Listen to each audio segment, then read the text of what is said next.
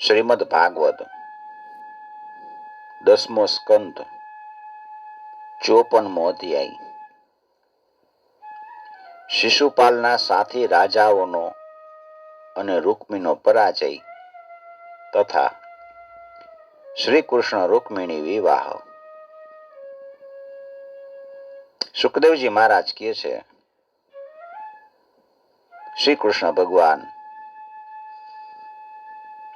રૂકમિણીજીનું હરણ કરીને લઈ જાય છે અને બધાય રાજાઓ રાતા પીળા થઈ ગયા. બખ્તરો પહેરીને વાહન ઉપર બેહીને પોતપોતાના સૈન્ય સાથે ધનુષ લઈને ભગવાન શ્રી કૃષ્ણની પાછળ દોડ્યા છે. જ્યારે યાદવ સેનાપતિઓએ જોયું કે શત્રુઓની સેના અમારા ઉપર આક્રમણ કરવા માટે પાછળ પાછળ આવે છે, ત્યારે એમણે પોતપોતાના ધનુષ્યનો ટમકાર કર્યો અને પછી પાછા વળીને એની સામે ઉભા રહી ગયા. જરાસંઘની સેનાના સૈનિકો હાથી, ઘોડા અને રથ ઉપર બેઠેલા બધાય ધનુષ વિદ્યાના મર્મગ્ન હતા. એણે યાદવો પર એવી રીતે બાણ વૃષ્ટિ કરી કે જાણે મેઘો પર્વત ઉપર મુશળધાર વૃષ્ટિ કરતા હોય. પરમ સુંદરી રૂકમિણીજીએ જોયું કે શ્રી કૃષ્ણનું સૈન્ય છે એ બાણ વૃષ્ટિથી ઢંકાઈ ગયું છે. ત્યારે એમણે લજ્જા સહિત ભયભીત નેત્રથી ભગવાન શ્રી કૃષ્ણના મુખ સામું જોયું છે. ભગવાન હસીને કહે છે કે સુંદરી, ગભરાવો નહીં. આ તમારી સેના તમારા શત્રુ સૈન્યનો હમણાં જ નાશ થઈ જશે. આ બાજુ ગદ અને સંકર્ષણ વગેરે યાદવ વીર પોતાના શત્રુઓનું પરાક્રમ વધારે સહન ન કરી શક્યા અને તેઓ પોતાના બાણથી શત્રુ સેનાના હાથી, ઘોડા અને રથોને છીનભીન કરવા લાગ્યા છે. એના બાણથી રથ, ઘોડા અને હાથીઓ પર બેઠેલા શત્રુ સેનાના વીરો એના કુંડળો, મુકુટો, પાઘડીઓથી શોભતા કરોડો મસ્તકો, તલવારોથી, ગદા, ધનુષ્ય સાથેના હાથ, કાંડા, સાથળ અને પેટ કપાઈને પૃથ્વી ઉપર પડવા લાગ્યા છે. અનેક સૈનિકોના માથા પણ કપાઈને રણભૂમિમાં પડવા લાગ્યા. વિજયના સાચા અધિકારી યાદવ એને શત્રુની સેનાનો નાશ કરવા લાગ્યા છે. ત્યારે જરાસંધ વગેરે બધાય રાજાઓ યુદ્ધમાંથી પીઠ દેખાડીને ભાગવા લાગ્યા. શિશુપાલ પણ પોતાની ભાવિ પત્નીનું હરણ થઈ જવાથી મૃત્યુ તુલી અને પીડા થવા લાગી. પોતાની પત્ની, ભાવિ પત્ની, એનું હરણ થઈ ગયું, મોત આવી ગયું એવું લાગ્યું શિશુપાલને. ઉત્સાહ વયો ગયો, શરીર ઉપરથી ક્રાંતિ વહી ગઈ, મોઢું સુકાઈ ગયું. એની પાસે જઈને જરાસંધ ખરખરો કરતા કહે છે, શિશુપાલજી, તમે તો એક શ્રેષ્ઠ પુરુષ છો. તમે હવે ચિંતા ત્યજી દો, ચિંતા છોડો. કેમ કે રાજન, કોઈ પણ ઘટના હંમેશા પોતાના મનને અનુકૂળ બને કે પ્રતિકૂળ બને એવું જીવનમાં જોવા મળતું નથી. દરેકના જીવનમાં કંઈક જુદું જ બનતું હોય છે. આપણે ધાર્યું હોય કાંઈક અને થઈ જાય છે કાંઈક. કોક વાર અનુકૂળ બને, ધાર્યા પ્રમાણે થાય, ને કોક વાર પ્રતિકૂળ બને. આપણું ધાર્યું થાતું નથી. શિશુપાલને જરાસંધ સમજાવે છે. ભો ભો પુરુષ શાર્દુલ દોર્મનસ્યમિદં ત્યજ ન પ્રિયા પ્રિયયો રાજન નિષ્ઠા દેહી સુદ્રશ્યતે. કઠપૂતળી હોય ને ઈ એના નચાવનારના ઈશારે નાચે. એવી રીતે આ જીવ છે ને ઈ ભગવદ ઈચ્છાને આધીન રહીને સુખ દુઃખ માટે યથાશક્તિ ચેષ્ટા કરે છે. ભગવાનની ઈચ્છા છે એટલે એ સુખ માટે ચેષ્ટા કરે. પોતાની શક્તિ પ્રમાણે સુખ દુઃખ માટે પ્રયત્ન કરી રાખે. જુઓ,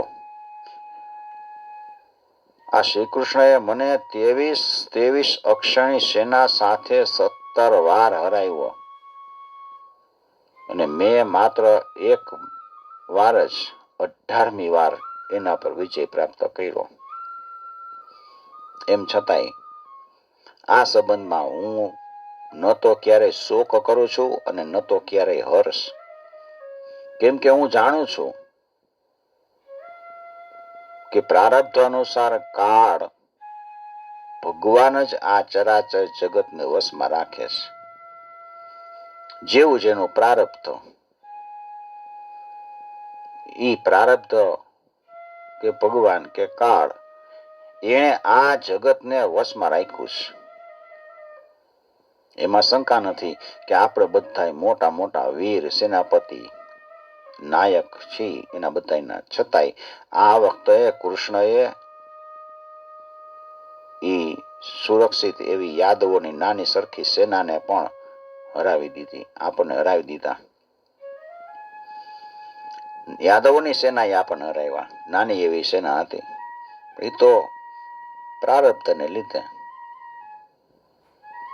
આ વખતે આપણા શત્રુઓનો જ વિજય થયો, કેમ કે કાળ એને અનુકૂળ છે. કાળ એને અનુકૂળ હતો એટલે એ જીતી ગયા. જ્યારે કાળ આપણા માટે અનુકૂળ થશે ને ત્યારે આપણે ફરીથી એને જીતી લેશું. આવી રીતે શિશુપાલને બધા મિત્રોએ સમજાવ્યો. ચેદીરાજ શિશુપાલ પોતાના અનુયાયી સાથે પોતાની રાજધાની જવા માટે રવાના થયો છે અને એના મિત્ર રાજાઓ જે મૃત્યુમાંથી ઉગરી ગયા હતા એ બધા પોતપોતાના વતન જવા માટે નીકળ્યા છે. રૂકમિણીજીનો મોટો ભાઈ રૂકમી એ ભગવાન કૃષ્ણ સાથે બહુ દ્વેષ રાખતો હતો અને એનાથી આ વાત બિલકુલ સહન ન થઈ કે મારી બેનનું શ્રી કૃષ્ણ હરણ કરીને લઈ જાય અને રાક્ષસ વિધિથી બળપૂર્વક એની સાથે લગ્ન કરે. એ મારાથી કેમ સહાય, મારાથી સહન થાય નહીં. રૂકમી બળવાન હતો. એણે એક અક્ષૌહિણી સેના સાથે લઈ અને શ્રી કૃષ્ણની પાછળ જાય છે, પીછો કર્યો. રૂકમી ક્રોધથી બળતો બળતો કવચ પહેરી ધનુષબાણ ધારણ કરી અને રાજાઓની બધાની સામે પ્રતિજ્ઞા કરી કે હું તમારા બધાની વચ્ચે પ્રતિજ્ઞા કરું છું કે જો હું યુદ્ધમાં કૃષ્ણને મારી ન શક્યો અને મારી બેન રૂકમિણીને પાછી ન લઈ આવ્યો તો મારી રાજધાની કુંડિનપુરમાં હું પ્રવેશ નહીં કરું. આવી તો પ્રતિજ્ઞા કરી નાખી. આવું બધું કહી અને પછી રથમાં બેહીને એના સારથીને કહે છે કે જ્યાં કૃષ્ણ હોય ને ત્યાં તરત મારો રથ લઈ જા. આજે મારું એની સાથે યુદ્ધ થશે. આજે હું મારા તીક્ષ્ણ બાણથી ઈ દુર્બુદ્ધિ ગોવાળિયાના બળ પરાક્રમના ચૂરે ચૂરા કરી નાખીશ. હવે આની હિંમત તો જોવો. ઈ અમારી બેનને બળપૂર્વક હરી ગયો. રૂકમિણીની બુદ્ધિ બેર મારી ગઈ. ઈ ભગવાનના તેજ પ્રભાવને જાણતો જ નહોતો એટલે આ પ્રમાણે ગાંડી ઘેલી વાતો કરતો રહી અને એક રથ લઈને શ્રી કૃષ્ણની પાસે પહોંચી ગયો છે. ઉભો રે, ઉભો રે, ઉભો રે એમ બૂમો પાડતો પાડતો શ્રી કૃષ્ણ લલકારવા લાગ્યો છે. એણે પોતાના ધનુષ્યને બળપૂર્વક ખેંચી અને ભગવાન શ્રી કૃષ્ણને 3 બાણ માર્યા છે. એક ક્ષણ મારી પાસે ઉભો તો રે, મારી સામે ઉભો રે યાદવોના કુળ કલંક. જેમ કાગડો હવનની સામગ્રી ચોરીને ઉડી જાય એવી રીતે તું મારી બેનને ચોરીને ક્યાં લઈને ભાગી ગયો છે? લઈને ક્યાં જાસ? અરે મૂર્ખ, તું મોટો માયાવી અને કપટ યુદ્ધમાં નિપુણ છે. આજે હું તારું બધું અભિમાન ઉતારી નાખું છું. જો મારા બાણ તને ધરતી ઉપર પોઢાડી ન દે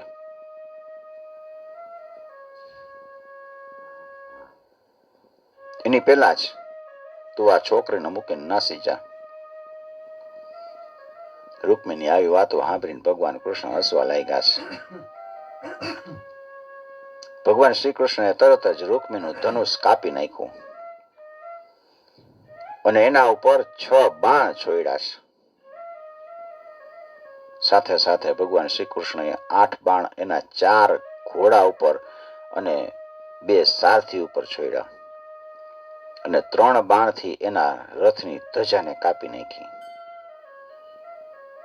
ત્યારે રૂકમીએ બીજું ધનુષ ઉઠાવ્યું અને ભગવાન શ્રી કૃષ્ણને 5 બાણ માર્યા.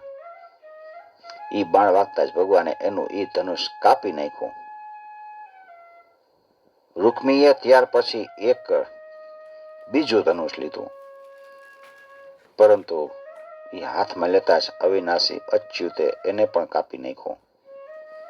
આવી રીતે રૂકમીએ પરીખ, પટીસ, ભાલો, ઢાલ, તલવાર, શક્તિ, તોમર જેટલા શસ્ત્ર ઉઠાવ્યા ને એ બધાય ભગવાને પ્રહાર કરતા કાપી નાખ્યા છે. હવે રૂકમી ક્રોધપૂર્વક હાથમાં તલવાર લઈને ભગવાન કૃષ્ણનો વધ કરવાની ઈચ્છાથી રથમાંથી કૂદ્યો અને એના તરફ દોડ્યો છે. જેમ પતંગિયું હોય એ અગ્નિમાં ભસ્મ થવા માટે દોડે એવી રીતે રૂકમી દોડ્યો. ભગવાને જોયું કે રૂકમી મારા ઉપર વાર કરવા ઈચ્છે છે. ત્યારે એણે પોતાના બાણથી એની ઢાલ તલવારના તલ જેવા ટુકડા કરી નાખ્યા અને એનો વધ કરવા માટે ભગવાન કૃષ્ણએ તીક્ષ્ણ તલવાર ઉઠાવી. રૂકમિણીએ જોયું કે આ તો મારા ભાઈને હમણાં મારી નાખશે. ત્યારે ભયથી વિવળ થઈને પોતાના પ્રિયતમ પતિ ભગવાન શ્રી કૃષ્ણના ચરણોમાં પડી ગયા છે. કરુણ સ્વરે કહેવા લાગ્યા છે, યોગેશ્વરાન પ્રમેયાત્મન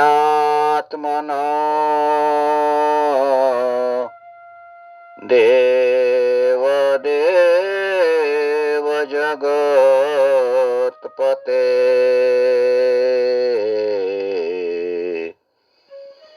અંતુમ નાર્હસી કલ્યાણ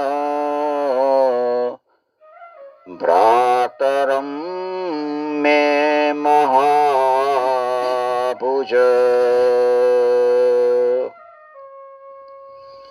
દેવતાઓના આરાધ્ય દેવ, હે જગતપતે, આપ યોગેશ્વર છો. આપના આ સ્વરૂપને અને ઈચ્છાઓને કોઈ જાણી શકતું નથી. આપ પરમ બળવાન છો, પણ કલ્યાણ સ્વરૂપે છો. પ્રભુ, મારા ભાઈને મારવો એ આપના માટે યોગ્ય નથી. રૂકમણીજીનું એક એક અંગ ભયથી ધ્રુજતું હતું. સુખદેવજી મહારાજ કથા કરે છે. રૂકમિણી દેવી ધ્રુજવા લાગ્યા છે. અતિશય શોકથી મોઢું સુકાઈ ગયું છે, ગળું રૂંધાઈ ગયું. વ્યાકુળતાને લીધે એના કંઠમાંથી સોનાની માળા સરી પડી. ભગવાનના ચરણ પકડી લીધા. ભગવાન એને ભયભીત જોઈને કરુણાથી ભીંજાઈ ગયા. રૂકમીને મારી નાખવાનો વિચાર ભગવાને છોડી દીધો. એમ છતાંય રૂકમી ભગવાનનું અનિષ્ટ કરવાની ચેષ્ટાથી અટકો જ નહીં અને ભગવાન શ્રી કૃષ્ણ એના જ ઉપવસ્ત્રથી રૂકમીને બાંધી દીધો. એના દાઢી, મૂછ, માથાના કેસ મૂંડી નાખ્યા, કુરૂપ બનાવી દીધો. અને ત્યાં સુધીમાં યાદવ સેનાઓ જેમ હાથી હોય કમળના વનને ચૂંદી નાખે એમ શત્રુ સેનાને છૂંદીને પાછા આવી ગયા. શ્રી કૃષ્ણની પાસે આવી ત્યારે જોયું કે રૂકમી છે એ દુપટ્ટાથી બાંધેલો છે, લગભગ મરી ગયા જેવો છે, માથું મુંડન કરેલું. બલરામજીને દયા આવી. બલરામે એને છોડી દીધો અને શ્રી કૃષ્ણને કહે છે, કૃષ્ણ, આ હારું ન કહેવાય. આવું નિંદિત કાર્ય આપણા માટે યોગ્ય નથી. આ તો તારો હાળો થાય. આનો આવી રીતે કુરૂપ કરી દાઢી મૂછ ને બધું મૂંડી નાખવું, કુરૂપ કરી દેવો, એ એક પ્રકારે એનો વધ કર્યા જેવું છે. આવું આપણાથી ન થાય.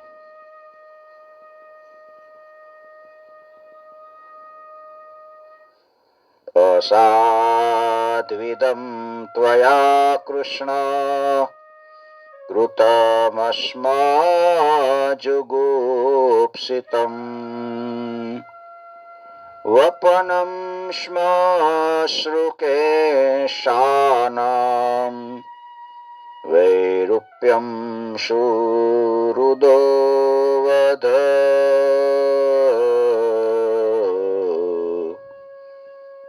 આવું આપણાથી ન થાય. રૂકમિણીને સંબોધીને કહે છે કે સાધ્વી, તમારા ભાઈનું રૂપ વિકૃત કરી દેવામાં આવ્યું છે, એટલે તમે ખોટું ન લગાડતા. કારણ કે જીવને સુખ દુઃખ આપનાર બીજું કોઈ નથી. એને તો પોતાના જ કર્મોના ફળ ભોગવવા પડે છે. બધાને સુખ મળે છે, દુઃખ મળે છે, પોતાના કર્મને લીધે મળે છે. હવે શ્રી કૃષ્ણને કહે છે કે કૃષ્ણ, જો આપણો સગો સંબંધી વધ કરવા યોગ્ય અપરાધ કરી નાખે ને, તોય એને આપણા દ્વારા મારી નાખવું યોગ્ય ન કહેવાય. એને છોડી દેવો જોઈએ. એ તો પોતાના અપરાધથી જ મરાય ચૂક્યો છે. મરેલાને શું મારવો? પછી રૂકમિણીજીને કહે છે કે સાધ્વી, બ્રહ્માજીએ ક્ષત્રિયોનો ધર્મ એવો બનાવ્યો છે ને કે હગો ભાઈ પણ પોતાના ભાઈને મારી નાખે છે. આ ક્ષત્રિય ધર્મ છે. એટલે આ ક્ષાત્ર ધર્મ અત્યંત ભયંકર છે.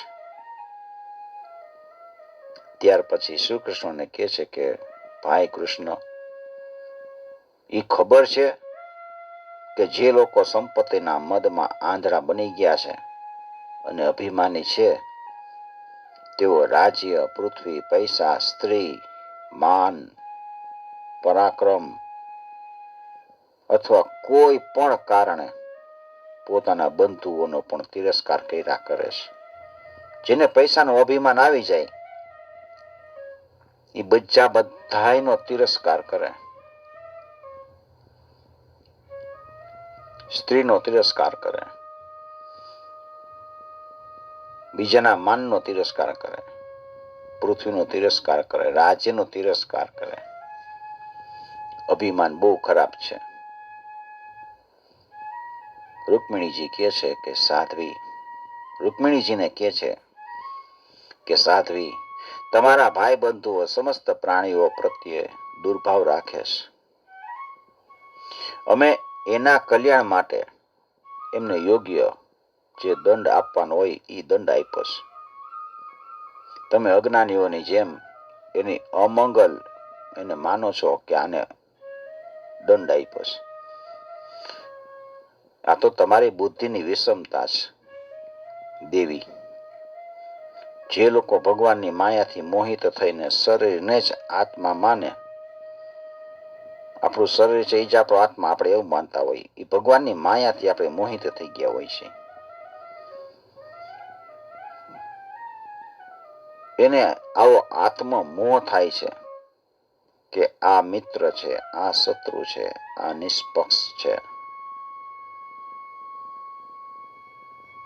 જે આત્મા શરીરને જ આત્મા માનતો હોય એને જ આવું બધું દેખાય કે આ મારો મિત્ર છે.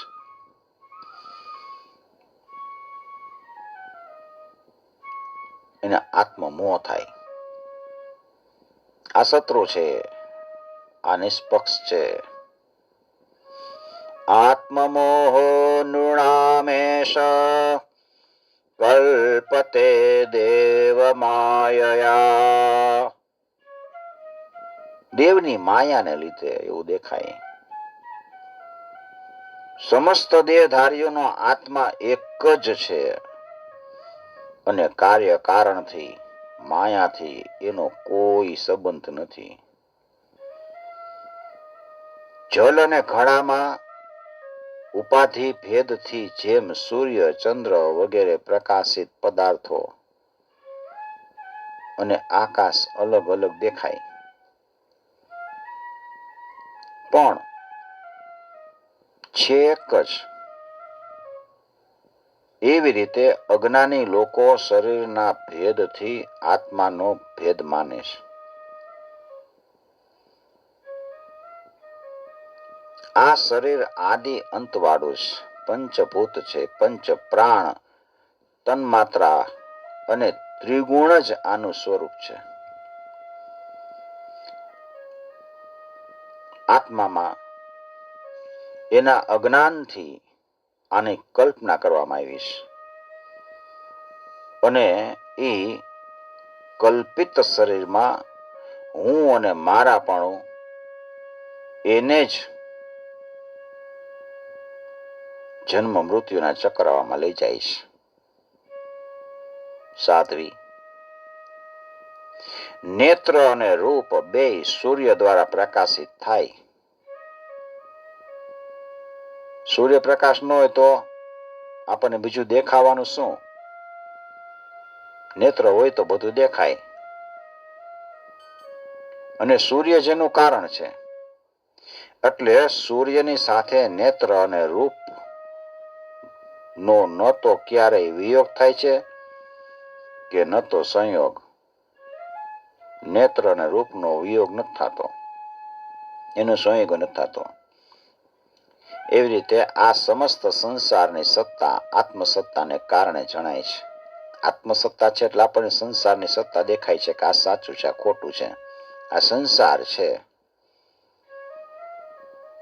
સમસ્ત સંસારનો પ્રકાશક એક આત્મા જ છે. અને પછી આત્માની સાથે બીજા અસત પદાર્થોનો સંયોગ અથવા વિયોગ કેવી રીતે થઈ શકે? જન્મ લેવો, રહેવું, વધવું, બદલાવું, ઘટવું અને મરી જવું, આ બધાય વિકાર શરીરના છે. શરીર છે જન્મ લે, રીએ, વધે, બદલાય, ઘટે, મરી જાય, એનો વિકાર છે. આત્માનો વિકાર નથી. જેમ કૃષ્ણ પક્ષમાં કલાઓનો ક્ષય થાય છે, ચંદ્રમાનો ક્ષય નથી થતો. ચંદ્રમા તો એમ છે, પણ એની કલા ઘટે છે. પણ અમાસના દિવસે વ્યવહારમાં લોકો ચંદ્રમાનો ક્ષય કહેતા સાંભળતા હોય છે કે ચંદ્રનો ક્ષય થઈ ગયો. એવી રીતે જન્મ, મૃત્યુ વગેરે બધા વિકાર છે ને એ શરીરના હોય, પણ લોકો એને ભ્રમવશ પોતાના માને છે, પોતાના આત્માના વિકાર છે. આ તો શરીરનો વિકાર છે એટલે આપણે ગઈઢા થાય છીએ ને, નાના રહી છીએ ને, યુવાન થાય છે ને, ભ્રમવશ. જેમ સૂતેલો પુરુષ હોય એ કોઈ પદાર્થ ન હોવા છતાંય સ્વપ્નમાં એને ભોગતા માને, ભોગ્ય માને અને ભોગરૂપ ફળનો અનુભવ કરે, સ્વપ્નમાં સુખ દુઃખ ભોગવે. એ રીતે અજ્ઞાની લોકો મિથ્યા સંસાર ચક્રનો અનુભવ કરી રાખે. સંસાર ચક્ર મિથ્યા છે.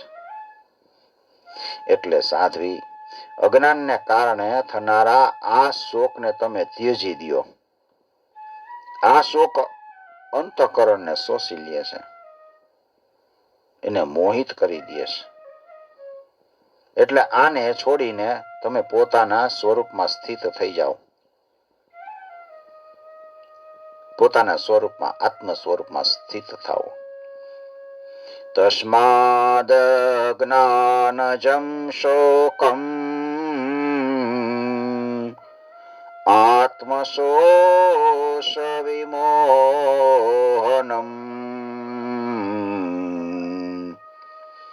તત્વજ્ઞાનેન નિરહત્ય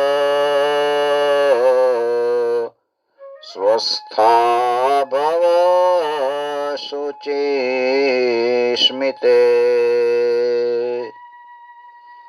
સુખદેવજી મહારાજ કહે છે કે બલરામજીએ જ્યારે આવી રીતે સમજાવ્યા ત્યારે રૂકમિણીજી પોતાના મનનો શોક દૂર કરી અને વિવેક બુદ્ધિથી મનનું સમાધાન કર્યું છે.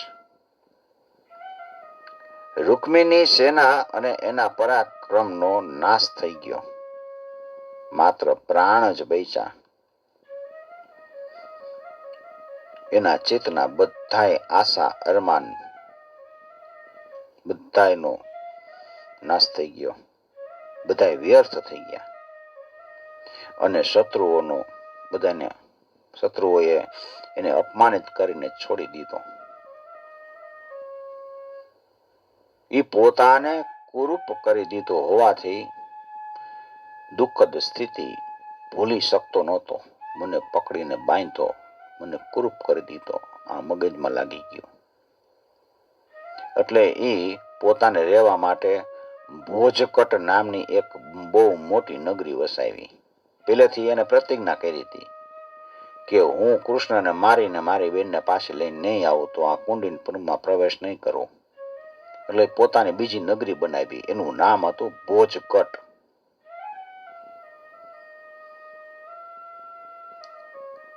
પરીક્ષિત, ભગવાન કૃષ્ણએ આ પ્રમાણે બધા રાજાઓને જીતી લીધા અને પછી વિદર્ભ રાજકુમારી રૂકમિણીજીને દ્વારકા લઈ આવ્યા અને વિધિપૂર્વક એનું પાણી ગ્રહણ કર્યું.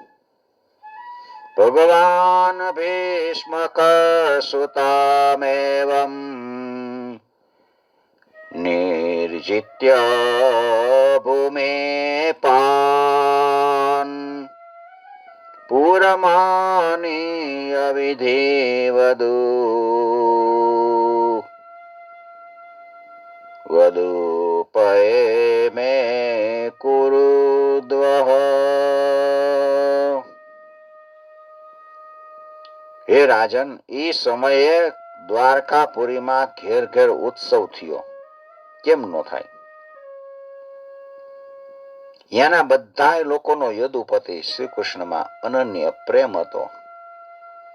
યાના બધા સ્ત્રી પુરુષોએ ઉજ્જવળ મળી જડિત કુંડળ અને જાત જાતના સુંદર વસ્ત્ર પહેર્યા અને આનંદપૂર્વક વર વધુ શ્રી કૃષ્ણ અને રૂકમિણીજીને જુદી જુદી ભેટો આપવા લાગ્યા છે. એ સમયે દ્વારકાપુરીની શોભા અપૂર્વ હતી. ક્યાંક ક્યાંક મોટી મોટી ધજાઓ ઊંચે સ્વર્ગને સ્પર્શતી હતી. ચિત્ર વિચિત્ર માળાઓ, વસ્ત્રોના અને રત્નોના તોરણો મંગળ વૃદ્ધિ કરતા હતા. પ્રત્યેક દરવાજે મંગળ કળશો નિત્ય મંગળની સાક્ષી પૂરતા હતા. જળથી ભરેલા કળશ અને અગરના ધૂપ દીપના દર્શન થતા હતા. જાણે આજે જ નગરી ઉલ્લાસમય બની ગયું એવું લાગતું હતું. મિત્ર રાજાઓ ભગવાનના લગ્નમાં પધાર્યા હતા. હાથીઓના મદોથી માર્ગો સુગંધિત હતા. દ્વારે દ્વારે કેળના સ્તંભો, રાજમાર્ગની બે હરોળમાં સોપારીનો વૃક્ષો શોભતા હતા. કુરુ, સૃંજય, કૈકેયી, વિદર્ભ, યદુ, કુંતી દેશના રાજાઓ પરસ્પર વેરઝેર વિસરી દ્વારકામાં પધારીને આનંદમાં અભિવૃદ્ધિ કરતા હતા.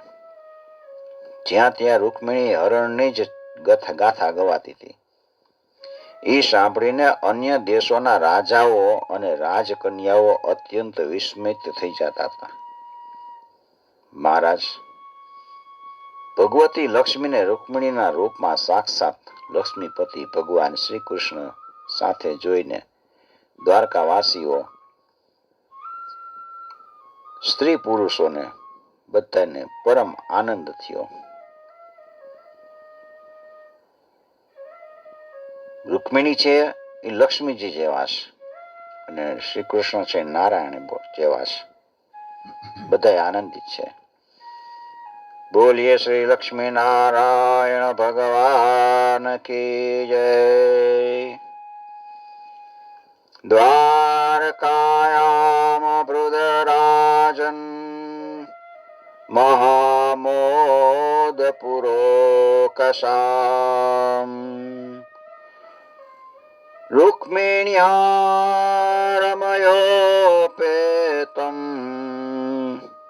દિષ્ટ્વા કૃષ્ણં શ્રિયપતિમ.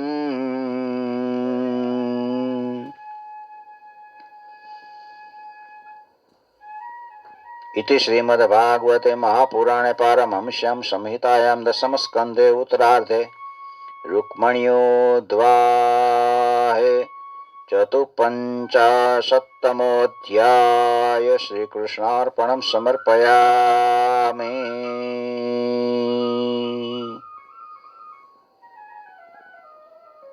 जय राधे जय राधे जय श्री कृष्ण बोलो जय राधे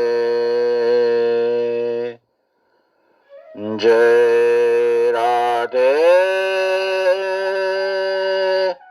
जय राधे जय श्री कृष्ण बोलो जय राधे जय श्री कृष्ण बोलो जय राधे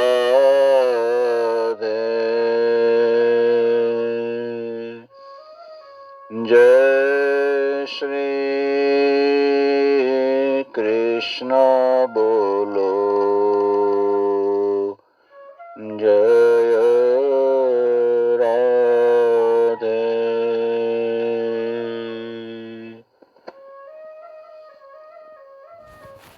जय